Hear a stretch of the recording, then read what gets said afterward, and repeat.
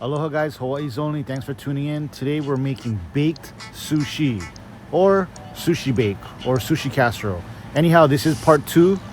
We did one earlier. It came out really well. We got a lot of likes and hits, so we're doing another one. This one's a little bit different. I'm going to show you and take you through the steps. It's simple, it's fast, and it's super delicious. All right, so we actually have three proteins here. That's why it looks like we have so many ingredients, because each protein we're gonna make a marinade for. And I'm gonna show you how this all comes together. We have salmon, marlin, and shrimp today, but you can use anything you want, like lobster, crab meat, any type of white meat fish, scallops, mussels, etc. So we're actually gonna be doing a miso base. Now, normally when you do a miso base, you're gonna have a little bit of salt, you're gonna have a little bit of sugar, you're gonna have a little bit of spice. So what we're doing here is we're taking each of the three proteins, and each one is gonna represent one spice or characteristic of the base. So salmon is gonna be the miso, the shrimp is gonna be the spicy, and the marlin is gonna be the salty. And then when we put this all together, it's gonna complete our dish, and you'll see at the end how this all turns out. It's gonna be really, really good. The first step is we're gonna spice up our shrimp. So all we have here is just cut up shrimp. It's about a quarter of a pound. And you're gonna add in spicy chili oil. You can add in sriracha, you can add in Tabasco. Here we're just doing some chili oil and some of the SMB togodashi. You guys know I love this stuff, it's super good. But we're gonna put in a lot of spice because we want it to be super spicy, because it's gonna be mixed and blended with everything else. Now that we got our shrimp all spiced up and we're gonna let that sit and marinate, we're gonna take our marlin, our kajiki, and we're gonna mix it with white onion and shoyu, and that's it. Give it a little toss, and we're gonna let this marinate and hang out with the spicy shrimp, and then we're gonna prepare our salmon. So both our salmon and our kajiki, our marlin, and our shrimp, as a matter of fact, is all cut in about a 1/4 inch size. So it doesn't have to be, it's not rocket science, you don't have to make it exact, but about that size is what you want it. And now we're gonna do our miso salmon marinade. So to start, we're just gonna get a 1/2 cup of the mirin, which is a sweet Japanese mirin sauce. And if you don't have access to mirin, or you just don't have it, you can just use about 1/2 cup of white sugar. And about 2 spoonfuls of rice wine vinegar, and then you're gonna put in about a 1/4 cup of miso paste. You can use white miso paste or red miso paste, it doesn't really matter.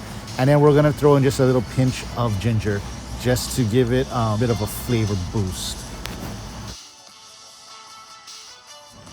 So we've got our spicy shrimp marinating, we've got our soy sauce, onion, marlin marinating, and then we have our miso mirin, rice wine vinegar, ginger marinating.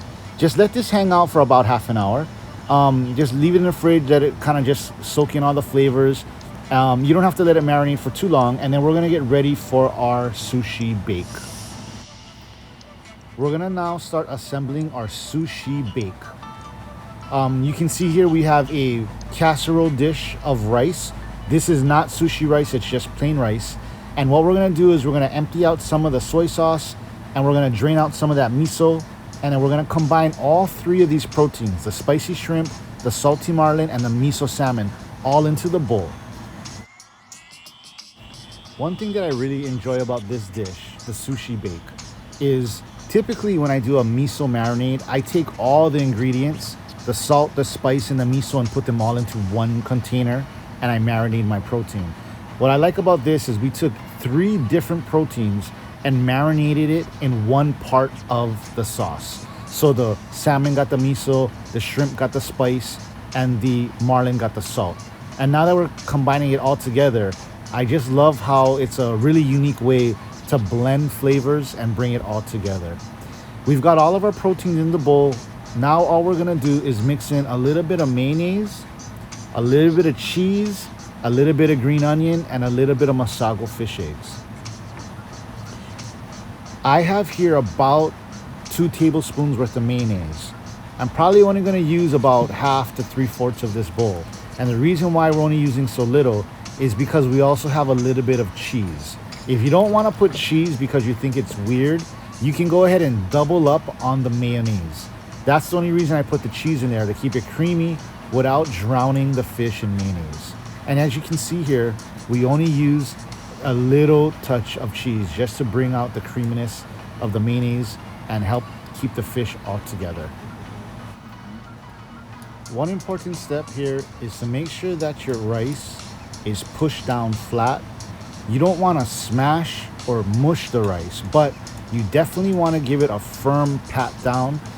Just because when your dish is done, when the sushi bake is all pal, when you cut a section off, if your rice is loose, it's all gonna fall apart.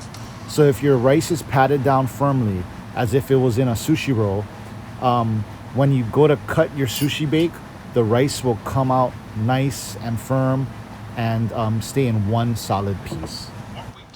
So we take our sushi bake or sushi casserole, stick it into the oven under a broiler on high heat. This is what the finished product will look like. It's only gonna take about 5 to 7 minutes. Pull it out, and we're gonna add in our katsuo furikake. Now, this is my favorite furikake because it has a sweet flavor to it, but you can just use regular nori furikake or any furikake flavoring that you like. So we're gonna add in some dried fine panko, and we're gonna add in the furikake, and then we're gonna replace this back into the oven under the broiler for about 3 minutes. Guys, we did it again. This is the finished product. This is what our sushi bake, our sushi casserole is gonna look like. To finish this off, we're just gonna cover it with a little bit of dried shredded nori. You can buy it pre-shredded like I have here, or you can just get a nori sheet and cut it with a scissors or a knife and sprinkle it over the top of your sushi bake or sushi casserole. I hope you guys enjoyed. I'll see you guys next week Saturday.